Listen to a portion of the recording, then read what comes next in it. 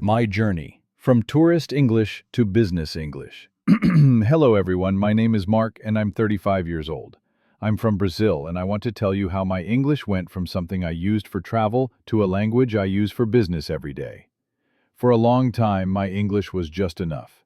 It was tourist English. I could order food in a restaurant, ask for directions, and check into a hotel. It was functional. I was happy because I could travel to different countries and not feel completely lost. I thought that was all the English I would ever need. Then, my career started to change.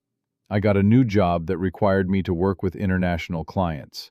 The first time I had a video call with a team from another country, I was totally unprepared. I couldn't understand them when they spoke quickly, and my vocabulary was too simple. I couldn't discuss complex ideas like budgets, strategies, or deadlines. I tried to use my tourist English, but it was a disaster.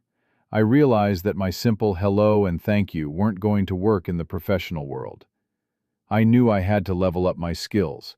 I didn't have time for a regular school, so I found some practical ways to learn. First, I started listening to business podcasts and watching interviews with CEOs on YouTube.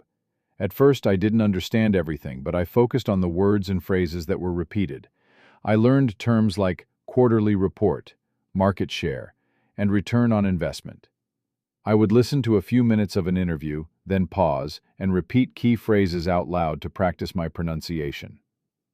Next, I focused on writing. I started reading professional articles and newsletters on websites like LinkedIn. I paid attention to how sentences were structured and how ideas were connected.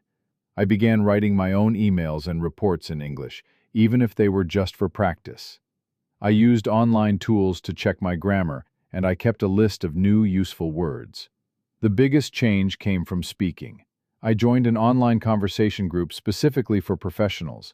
It was a safe place to practice with people who had similar goals. We discussed business topics, presented our ideas, and gave each other feedback. It was a huge help because I was finally using the new words and phrases in real conversations. My confidence grew with every meeting. I was no longer afraid of picking up the phone or joining a video call. I learned that business English isn't just about vocabulary. It's about clarity and confidence. And the only way to get that is by putting in the work. So if you're in a similar situation, remember that your English journey doesn't have to stop with travel.